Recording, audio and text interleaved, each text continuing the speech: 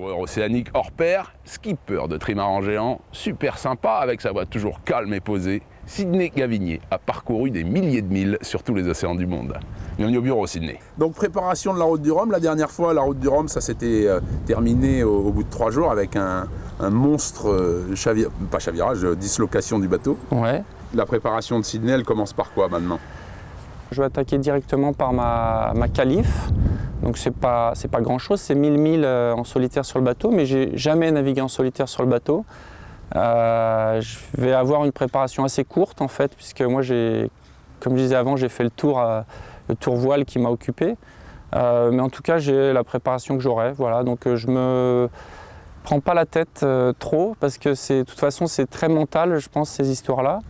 Et il faut être bien, il faut être serein, et c'est très facile de se mettre la pression tout seul, on n'a pas besoin des autres.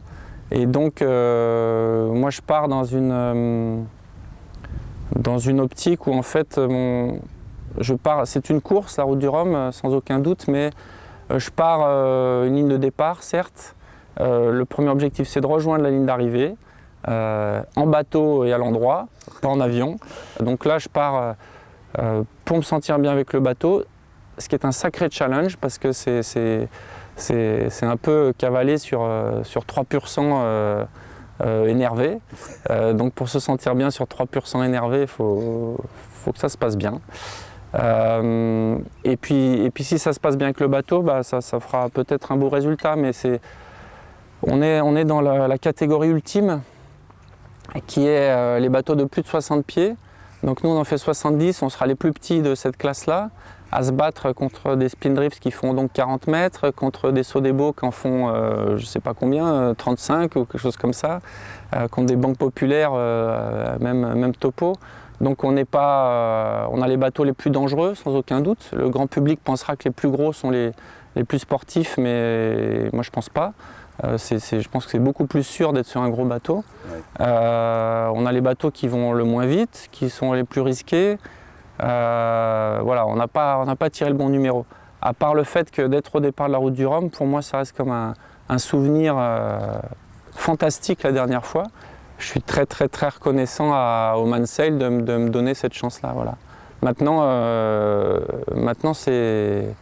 sur ces bateaux-là, c'est un sacré challenge et on va y aller gentiment.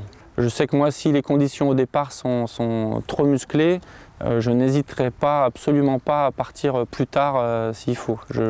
Voilà. J'aime le risque. On joue avec le risque, on ne se joue pas du risque, on joue avec le risque. On s'en nourrit, mais à force, on prend de l'âge et de l'expérience et de la sagesse. Et de la maturité. Ouais. Et donc, moi, je ferai pas n'importe quoi, même si partir sur ces bateaux-là, quelque part, c'est un peu n'importe quoi. Mais je mettrai des limites à cette histoire s'il faut, quoi. Super. Voilà. Merci, Sidney. Merci.